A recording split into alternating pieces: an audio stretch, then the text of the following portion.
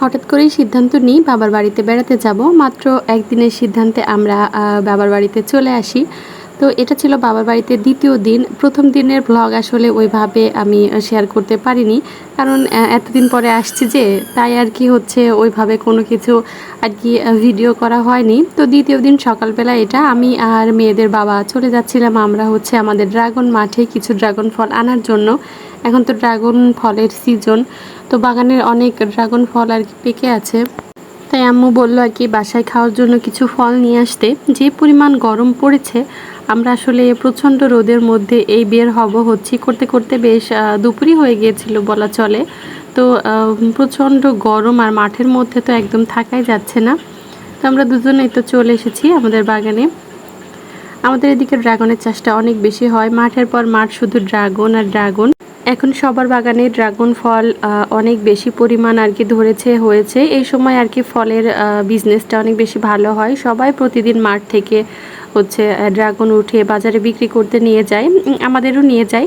আজকে সকালে অলরেডি আব্বু ড্রাগন হচ্ছে উঠিয়ে বাজারে বিক্রি করার জন্য কিছু নিয়ে গেছে। আর এখনও দেখছি বাগানের মধ্যে ঢুকে কিছু ড্রাগন ফল উঠানো আছে, ওগুলো হয়তো বা আগামীকালকে না হলে হচ্ছে পরে এসে নিয়ে যাবে।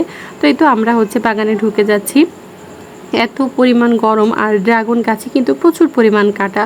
ছোট ছোট যে কাঁটা থাকে ওটা শরীরে একবার লাগলে প্রচণ্ড পরিমাণ জ্বালা যন্ত্রণা করতে থাকে।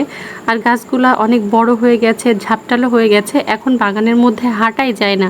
মানে সোজা হয়ে দাঁড়িয়ে কোনোভাবে হাঁটা যাবে না, একবারে নিচু হয়ে বসে হামাগুড়ি দিতে দিতে যেতে হবে, এরকম অবস্থা আর কি। তো আমরা বেশি ভেতরে যেতে পারিনি বাগানের বেশি গভীরে। সামনে মুখে যে কয়টা গাছ ছিল ঢুকতে শুরুতে, তো ওইখান থেকে পাকা পাকা দেখে কিছু ফল এই তো এখন আমরা নিয়ে নিচ্ছি। আমি অবশ্য আরেকটু ভেতরে যেতে চেয়েছিলাম, কিন্তু সামরিনের বাবা এতটাই মানে অস্বস্তি ফিল করছিল গরমে, তোর মধ্যে ওর একবারে দম বন্ধ হয়ে আসছিল, যার জন্য আমরা সামান্য কয়টা ফল নিয়ে চলে এসেছি। ড্রাগন ফল অনেকে পছন্দ করে, আবার অনেকে পছন্দ করে না, তবে আমার কাছে পার্সোনালি এই ফলটা বেশ ভালোই লাগে। তবে এই কালারের ড্রাগনের থেকে সাদা কালারের যে ড্রাগন ফলটা আছে ওইটা খেতে কিন্তু আমার কাছে বেশি ভালো লাগে, অনেকটা হচ্ছে পাকা লিচুর মতো লাগে। তো আপনাদের কার কার কাছে ড্রাগন ফলটা কেমন লাগে অবশ্যই কিন্তু ছোট্ট একটা কমেন্ট করে জানাবেন। আর এই যে এখানে যে ফলটা ছিল, ওই একটা ফল আর কি হচ্ছে একবারে গাছ পাকা ছিল, ওইটা কাটারেরও প্রয়োজন হয়নি, হাত দেওয়ার সাথে সাথে ফলটা টপ করে একদম হাতের উপরে পড়ছে। এই হচ্ছে গাছ পাকা ফলগুলোর টেস্ট কিন্তু একটু বেশি ভালো লাগে। ড্রাগন ফলগুলা এনে আর কি সাথে সাথে খেলে অতটা বেশি মজা পাবেন না, ওইটা রেখে ঠান্ডা করতে হবে। সবথেকে বেশি ভালো হয় যদি ফ্রিজে রেখে একটু ঠান্ডা করে তারপরে খাওয়া হয়, তাহলে এর আসল টেস্ট পাওয়া যায়, একটু মিষ্টি মিষ্টি বেশি লাগে। আর ফলটা যদি সম্পূর্ণ না পাকে, আধা পাকা থাকে, তাহলে ফলের হচ্ছে একটু টকটক একটা স্বাদ লাগে।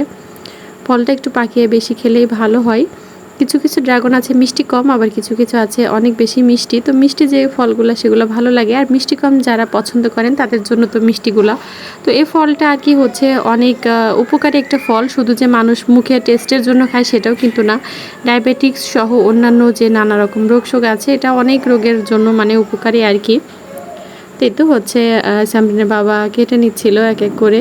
আসলে এত বেশি গাছ চাপটালো হয়ে গেছে, কাটার আঘাত একদম সহ্যই করা যায় না। তো কোনো রকম আর কি নিচু হয়ে হয়ে তারপরে যেগুলো নেওয়া যায় ওইগুলোই আমরা নিয়ে এসেছি।